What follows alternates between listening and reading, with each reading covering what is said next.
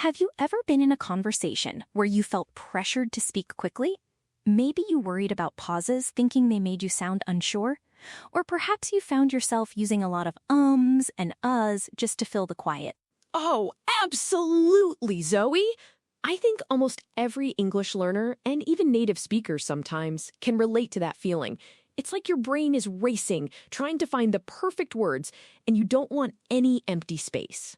Exactly, and that's exactly what we're going to talk about today on Thesaurus Thrive. We're diving into a really powerful, but often misunderstood, tool for improving your spoken English: the power of silence. That's right. When we say the power of silence, we don't mean just sitting there quietly all the time, of course. We're talking about using pauses and brief moments of quiet intentionally in your conversations. It's about making silence work for you, not against you. Today, you'll learn why embracing silence can make you sound more confident, more natural, and even help you find the right words more easily. We'll give you clear examples, useful phrases, and even some practice sentences to get you comfortable with this idea. By the end of this episode, you'll understand how to use silence to truly thrive in your English conversations. So, let's jump right in. The first and maybe most important point about silence is that it gives you time. It gives you time to think. Think about it, when you're speaking your native language, you don't always talk nonstop, right? Right. We naturally pause to gather our thoughts, to remember a detail, or to plan what we want to say next.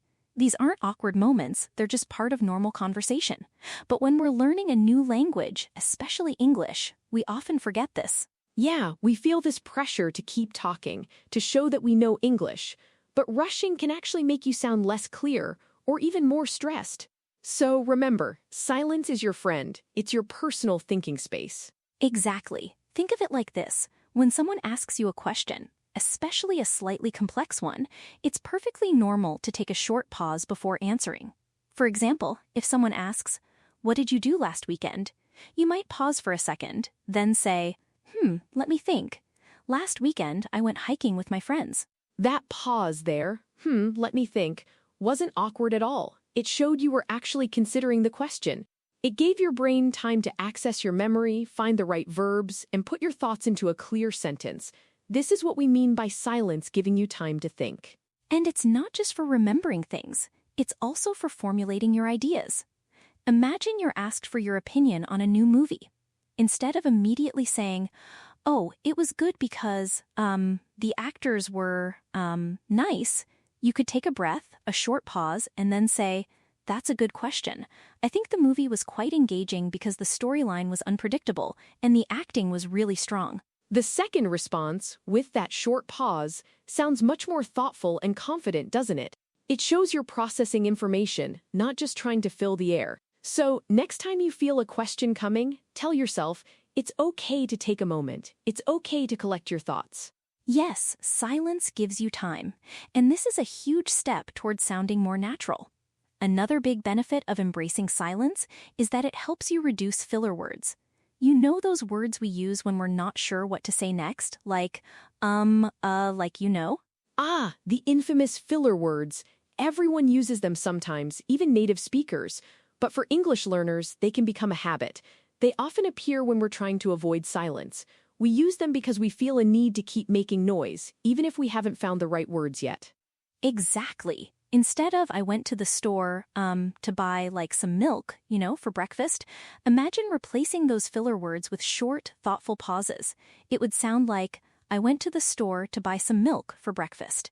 What a difference! The second version sounds much clearer, much more deliberate, and yes, much more confident. The pauses are smooth and natural. They don't distract the listener. They actually help the listener follow your thoughts more easily. Yes, the message comes across clearer. Your listener doesn't have to filter out the ums and likes. They can just focus on your actual words.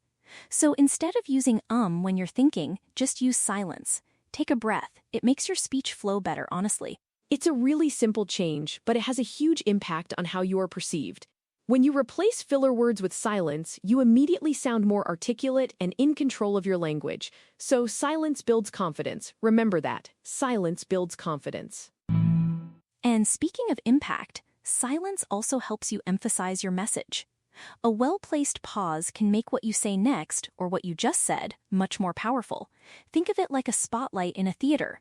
The pause is the moment the light moves to something important. That's a great analogy, Zoe. Imagine telling a story. If you say, I walked into the room and then I saw something amazing, it's okay.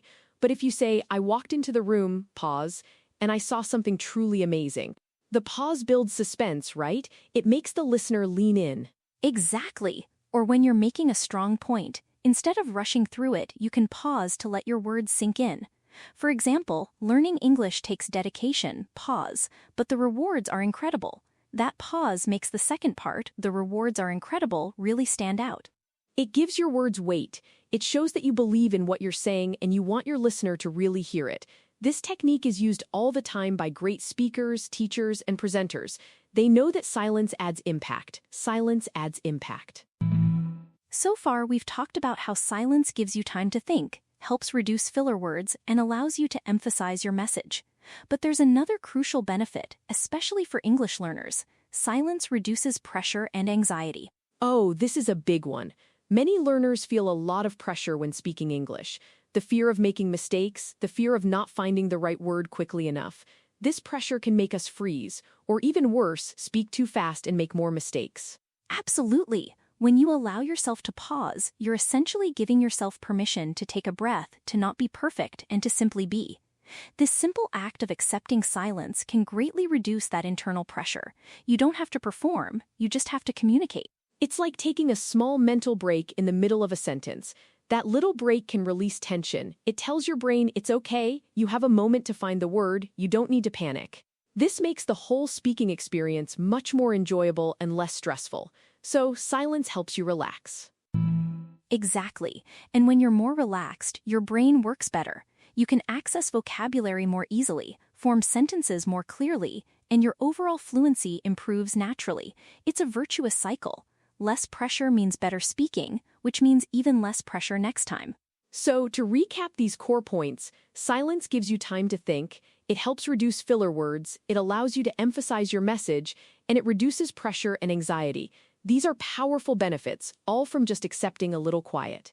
Now, let's move into our practice section. This is where you, our amazing listeners, get to try this out. We're going to give you a few simple sentences. I'll say a sentence, and then Harper will demonstrate how to say it with a thoughtful pause. Then, we want you to repeat it aloud, really focusing on using that short moment of silence.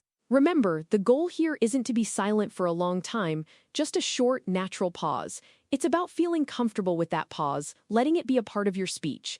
Don't rush, take your time. Okay, sentence number 1. Repeat after Harper. I need a moment to think about that. Okay, listen carefully. I need a moment to think about that. Your turn. Great! Did you feel how that pause gave you space? Let's try sentence number 2. Let me see. I think the best option is. Here's how it sounds. Let me see. Pause. I think the best option is. Now you try. Fantastic! You're doing great. Feel that confidence building? Now for sentence number 3. That's an interesting question. I've never really considered it before. Listen to this one. That's an interesting question. Pause. I've never really considered it before. Your turn to speak. Wonderful! See how natural that sounds? It shows you're engaged. Let's do number 4. Well, to be honest, I'm not entirely sure. Here you go. Well, to be honest, pause. I'm not entirely sure. Repeat it out loud. Excellent work. You're really getting the hang of it. One more for practice, sentence number 5. Give me a second. I just lost my train of thought. Listen and repeat. Give me a second, pause. I just lost my train of thought. Now it's your turn. How did that feel? You've just practiced using silence to your advantage. It feels more natural, doesn't it? It feels less like you're struggling and more like you're simply taking your time to communicate effectively. That's the whole point. It's about communicating effectively, not just speaking quickly. Now, to show you how this might sound in a real conversation, Zoe and I are going to have a mini dialogue. Listen for the natural pauses we use. Okay, Harper, so I was thinking about our plans for next weekend. Do you have any ideas? That's a good question. I was actually hoping to maybe visit that new art gallery downtown. I heard it has a really interesting exhibition. Oh, that sounds intriguing. I hadn't thought of that. What kind of art is it? Do you know? Well, from what I read, it's mostly contemporary pieces, but with a focus on, local artists. I think it would be really inspiring. Yeah, I like that. We could grab some coffee beforehand, then head over. What do you think about Saturday afternoon? Saturday afternoon, pause. Let me just check my calendar. Yes, that works perfectly for me. I'm really looking forward to it now. See how those little pauses made the conversation flow naturally? We weren't rushing, we were giving each other and ourselves time to think and respond. It made our communication much clearer and more relaxed. Exactly. No one sounded stressed, and the pauses weren't awkward at all. They were just part of a normal, engaging conversation. So, this brings us to some practical tips for improving your English fluency by using the power of silence. Our first tip is observe native speakers. Start paying attention to how native English speakers use pauses in their conversations. You'll notice they don't talk nonstop. They pause to think, to breathe, to emphasize. Listen to podcasts, watch interviews, or just observe people around you. You'll be surprised how much silence is actually a part of natural speech. Don't just listen to the words, listen to the spaces between the words.